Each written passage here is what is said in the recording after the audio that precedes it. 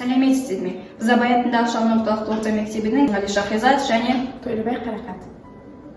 Экологиялық жағдайды жақсартатын түрлі дизайнерлік макеттердің бірі жылыжай мен биогаз қондырғысын біріктіретін экологиялық жоба. Бұл жобаның негізгі идеясы өсімдік қалдықтары мен органикалық қоқысты тиімді пайдалану және қоршаған ортаға зиянсыз энергия көзін өндіру және ауыл шаруашылығында тұрақты дамуды қамтамасыз ете алады.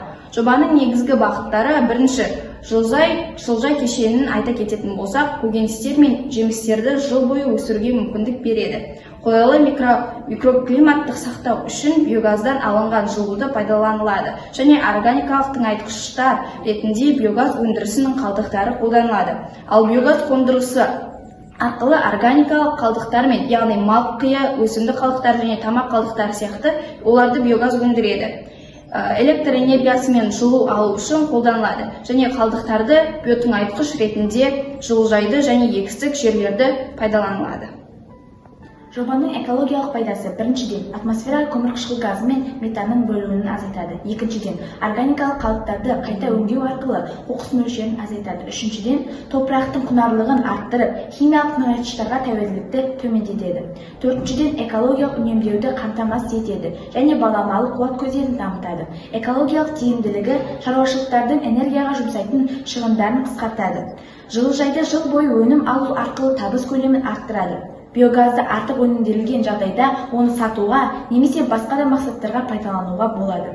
Бұл жоба ауыл шаруашылығы мен экологияны ұштастырып, тұрақты дамуға үлес қосатын тиімді шешім бола алады.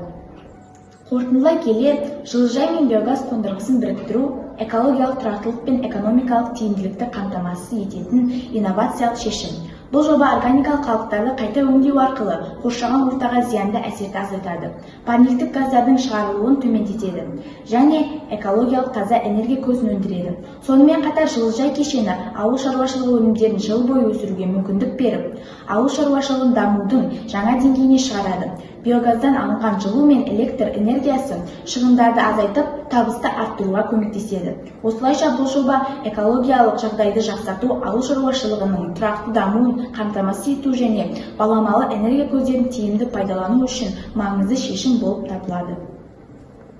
Үздік экологиялық бастама бағыты бойынша тиімді тәсілдердің бірі бұл биогаз арқылы жылыжайды жылыту болып табылады.